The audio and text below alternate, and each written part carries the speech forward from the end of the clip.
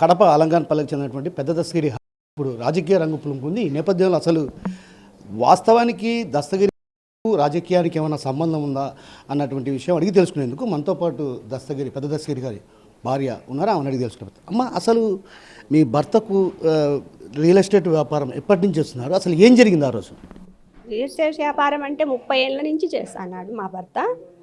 అనంకన్పల్లె మాది. పెద్ద దస్తగిరి భార్య నేను. 30 ఏళ్ళ నుంచి చేస్తానన్న భర్త.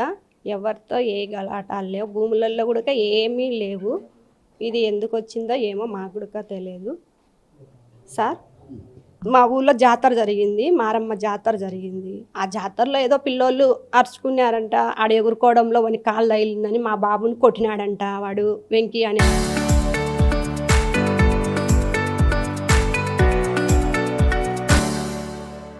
వాడు. కొట్టింటే నాన్న ఇట్లా నన్ను కొట్టినారని మా బాబు నాకు ఫోన్ చేసి చెప్పినాడు వాళ్ళ నాయనకు. చేస్తే నాయన మేము శనివారం జరిగింది సార్ ఇది జాతరలో, డ్యాన్స్ ప్రోగ్రాంలో కొట్టినారంట మా పిల్లోని. సరేలే నాయన నేను వస్తానంటే ఇంకా జాతరలో నుంచి వచ్చి ఆడ స్కూల్ కాడ వచ్చి ఇంకా ఆడ కలబడుకుంటున్నారు అని కలబడుకుంటా అంటే ఫోన్ చేసి మా బాబు చెప్పినాడు మాకు. చెప్తానే నేను వాళ్ళ నాయన ఆ రోజు ఇంట్లోనే పోయినాం.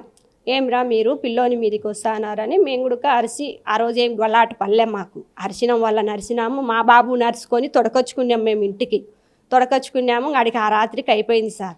మళ్ళీ ఈ రాత్రికి ఇంకా ఆదివారం రాత్రికి మా బాబు గట్ట పోయినాడు స్కూల్ కాడికి పోయితే, పోరా నిన్న కాదు నువ్వు దొరకొచ్చింది, నువ్వు బుద్ధుడు మీ అమ్మ పుట్టినను పోయితే ఈరోజు పిలిపిరా మీ నాయన్ను అని మా బాబుని మళ్ళీ ఆ రోజు కొట్టినాడంట సార్. పిలిపిరా, నువ్వు నిన్న కాదు పిలిపించింది, ఈ బుద్ధు పిలిపిరా మీ నాయన్ను, నువ్వు మీ అమ్మ పుట్టినను ఏంటి అంటే, నాయన నన్ను ఇట్టంటా నన్ను నాయన అని ఫోన్ చేసినాడు. మా బాబు వాళ్ళ నాయన ఫోన్ చేసింటే వాళ్ళ నాయన నేను 7 రోడ్డు కాడ మా పాప బెంగళూరు పోవాలంటే బస్సు ఎక్కిద్దామని మేము ఆడికి పోయి ఉండాం. ఆడికి పోతే మా బాబు ఇట్లా ఫోన్ చేసినాడు. నాయన నేను ఇటు ఉండా కదా, సరేలే వస్తానంలే అని చెప్పినాం మా బాబుకు.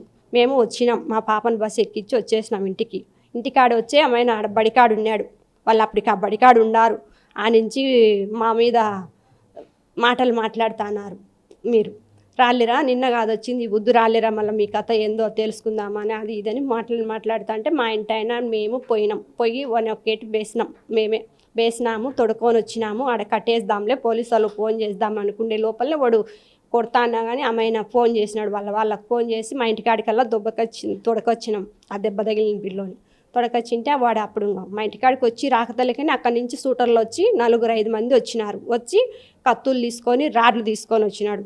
ఎవరు కత్తులు ఉన్నాయో వాళ్ళు కత్తులు తెంపలాడుతుంటే కత్తులు లేనివాడు కట్టరాళ్ళు తీసుకొని మా నెత్తిన బేపోయినాడు. బేసింటే మాకు ఇడిపిన వచ్చిన వాళ్ళకు గుడక వాళ్ళ పేర్లు నాకు తెలియదు, గవాన రావు.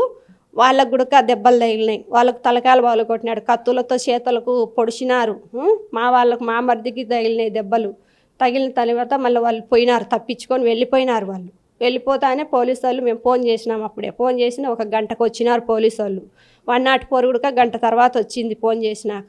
ఏమంటే మాకు ఆడ జాతర ఉంది, ఆడ రావడానికి లేదు, మేము ఇటు తిరుక్కొని వచ్చేదిలకే టైం పట్టింది అని అంటున్నారు పోలీసు వాళ్ళు. ఆ 104 వాళ్ళు సరేలేని దెబ్బలు తగిలిన వాళ్ళను మీరు మీ వాళ్ళంతా ఎక్కువని పోయి 104లో మీరు రిమ్స్కు పోయి కేసు పెట్టుకోపోలే అన్నారు.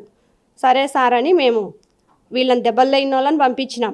మా ఇంటికాడనే ఉన్నాడు. వీళ్ళంతా మిగతా వాళ్ళందరూ ఉంటే మళ్ళీ వాళ్ళు పోలీసు వాళ్ళు లేదు, మీరు పొద్దున పెడితే చెల్లదు, ఇప్పటికిప్పుడు పోయి పెడితేనే కేసు అయ్యేది అని అంటే, సరేలే సార్ అని మా మా వాళ్ళందరూ పోయినారు. వాళ్ళు కూడా పోయినారు, పోలీసు వాళ్ళు వెనకిత్రే పోయినారు. మా వాళ్ళకు ఆడోళ్ళకు మాకు సేఫ్టీ వెళ్ళి అని మమ్మల్ని మేము అడిగింటే మాకు 2 సేఫ్టీ ఇచ్చినారు. వాళ్ళకు పోయినారు, వాళ్ళు వెనకిత్రి పోయింటే మేము ఉంటారేమోలే అనుకున్నాం సార్. మేము ఆడోళ్ళము అక్కడికి పోయినాక పోతారో సపరేట్ పోతారని మాకు తెలియదు. మా ఆయనకు సేఫ్టీ ఇవ్వలేదు. పోయినాడు, రిమ్స్కి పోయినాడు. లోపలికి పోయి వాళ్ళకందరికీ చూపించినాడు, ఎక్స్ట్రాలు అవన్నీ చూపించినాడు. వాళ్ళు వండుకొని ఇది పలానా సాటి చూపిపోలే అని అంటే ఆ పేపర్లు పట్టుకొని లోపల పోతే షార్ట్ కట్టుడు దూరం అవుతుంది రాని మా ఇంటైనా ఇట్లా బయట నుంచి పోతే దగ్గరగా పోతామని బయటికి దొడకొచ్చినాడంటే మా ఇంటైనే దొడుకొని వచ్చినాడు. ఇది పోదాం రాలి తొందరగా పోతామంటే సరే పని పోతాన్నారు. మా ఆయన ముందే వచ్చినాడంట. మా ఆయన మా మధ్య ఉన్నాడంట. వచ్చినట్టు 4 పట్టుకొని వేయడమే కానీ ఇంకా తిరుగు జవాబు చూని లేదంట సార్. ఈయనను పట్టుకొని 4 వేస్తా అంటే మిగతా వాళ్ళను ఎంపలాడినారంట కత్తులు తీసుకొని. వాళ్ళ ప్రాణాలు వాళ్ళు కాపాడుకున్నారు సార్. నా భర్త బలి అయిపోయినాడు. ఎవరి ప్రాణాలు వాళ్ళు కాపాడుకున్నారు సార్. అంటే ఇది ఒక రకంగా చిన్న వివాదం, ఏదైతే డీజే దగ్గర జరిగినటువంటి గొడవ అని మీరు అంటున్నారు. మరోవైపు పోలీసులు మాత్రం ఇది నిత్యానంద రెడ్డికి వాళ్ళకు ఉన్నటువంటి విభేదాల కారణంగా హత్య చేసి ఉండొచ్చు అనేది అనుమానం, వాళ్ళ అనుమానం ప్లస్ నిందితుడిగా కూడా చర్చ. ఎలా చూడాలి దీన్ని? అంటే సార్ మాకు అవన్నీ మాకేం తెలియదు సార్. మాకు రాజకీయాల్లో మటుకు ఇంతవరకు ఏం గలాటలు లేవు, మా భూములలో ఏం గలాటలు లేవు. వ్యాపారాలు అంటే వాళ్ళతో చేస్తాడు, వీళ్ళతో చేస్తాడు, ఎవరితోనైనా చేసుకుంటా అంటాము, కొనిచ్చుకుంటా అంటాము, అమ్ముకుంటా అంటారు. అవన్నీ వాళ్ళ వ్యాపారాలు అవన్నీ మటుకు మాకు ఇంతవరకు ఏం లేవు గలాటలు. ఇప్పుడు నిత్యానందతో కానీ మీ భర్త ఎప్పుడైనా వ్యాపార లావాదేవీలు ఏమైనా జరిగాయి? అట్లాంటివి ఏమి ఇంతవరకు ఏం లేవు సార్. పోనీ మీకు ఎప్పుడన్నా మీ భర్త గారు ఎప్పుడన్నా ఇట్లా నాకు ఏదన్నా హాని ఉంది, మన మీద ఇట్లా దాడి చేసే ప్రయత్నం చేస్తున్నాడేమో చెప్పారమ్మా? ఇట్లాంటివి ఏం చెప్పాడు సార్ మా భర్త ఇంతవరకు ఏం చెప్పాడు నాతో. సరేమ్మా, మీ ఇంట్లో నుంచి పోలీసులు 100 కోట్ల రూపాయలు విలువ చేసే ఏదైతే డాక్యుమెంట్లు తీసుకెళ్లారనేది ఒక రకంగా బయట వస్తున్నటువంటి వార్తలు. అంటే పోలీసులు ఇంతవరకు ధృవీకరించకపోయినా కూడా కానీ కొన్ని మీడియా దానిలో వార్తలు వస్తున్నాయి. ఎలా చూడాలి దీన్ని? డాక్యుమెంట్లు అంటే మా ఇంటానే ఎవటంటే వాళ్ళటి అమ్మిస్తా అంటాడు కాబట్టి ఎవరు వేరే వాళ్ళకి ఉండొచ్చు మన ఇంట్లో. అవన్నీ పోయి ఇంత ఉందంటే అట్లా ఎట్లా ఎట్లా నమ్ముతారు సార్ ఎవరైనా కానీ. అమ్మిస్తా అంటారు కాబట్టి ఒకటి ఒకటి ఉంటాయి మన ఇంట్లో. ఇవన్నీ ఎత్త పోయి ఇలా ఇంత ఉందంటే ఎట్లయితే అవుతుంది సార్ అది. అంటే మీకు ఏమన్నా వాళ్ళు పత్రాలు తీసుకుపోయేటప్పుడు పోలీసులు పత్రాలు తీసుకెళ్లారు కదమ్మా, పత్రాలు వెళ్ళినప్పుడు ఎప్పుడైనా పంచనామా చేస్తారు, ఏదైతే మీ ఇంట్లో నుంచి పలానా డాక్యుమెంట్స్ తీసుకెళ్తున్నామని. మీకు అట్లా ఏమన్నా పోలీసులు ఏమన్నా రాయించి ఇచ్చారా? రాయలేదు, ఇన్ని అని ఊరికే రాసుకున్నారు సార్. ఏమని రాసుకున్నారు? ఇన్ని పాస్బుక్లు, ఇన్ని డాక్యుమెంట్లు, ఇన్ని ఎల్ఐసి కాగితాలు, ఇన్ని బాండు కాగితాలని ఊరికే రాసుకున్నారు. రాసుకొని ఆ కాగితం కూడా వాళ్ళే తీసుకుపోయినారు, మాకేం ఇవ్వలేదు. మళ్ళీ మేము మరుసటి రోజు పోయి వాళ్ళ కాడికి పోయి రాపించుకొచ్చుకున్నాం. మా నమ్మకం లేక మాకు ఇట్లా తీసుకుపోతే ఎట్లా అని మాకు తెలియాలి కదా అని అంటే మళ్ళీ 2 మాటలు తిప్పుకున్నాక మళ్ళీ రాపించినారు సార్ వాళ్ళు. ఇంకోటి ప్రధానమైనటువంటి అంశం ఏంటంటే జిల్లా అధ్యక్షుడు రవీంద్రనాథ్ రెడ్డి కూడా ఇలా భర్తకు బినామీ అంటున్నారు. అంటే ఆయన దాదాపు కొన్ని ఏళ్ల నుంచి నాకు గురువు అని గతంలో కూడా చెప్పినటువంటి సందర్భాలు, నాకు రాజకీయ గురువు, రాజకీయ పరంగా నేను ఆయన వెంటే తిరుగుతున్నటువంటి విషయాన్ని చెప్పారు. కానీ దీన్ని ఏం చేస్తున్నారంటే రవిరెడ్డికి బినామీ దస్తగిరి అనేది ఒకటి ప్రచారం చేస్తున్నారు. ఎలా చూడాలి? అదంతా ఏం లేదు సార్. బినామీ అంటే మామూలుగా వ్యాపారాలు చేసుకునేదానో కలిసి మాట్లాడుతూ అంటామే అంతవరకే, కానీ మాకేం బినామీలు అవన్నీ ఏం లేవు సార్. మీ భర్త హత్య చేయడానికి ఎవరు కుట్ర చేసి ఉంటారని అది మనకు తెలియదు సార్.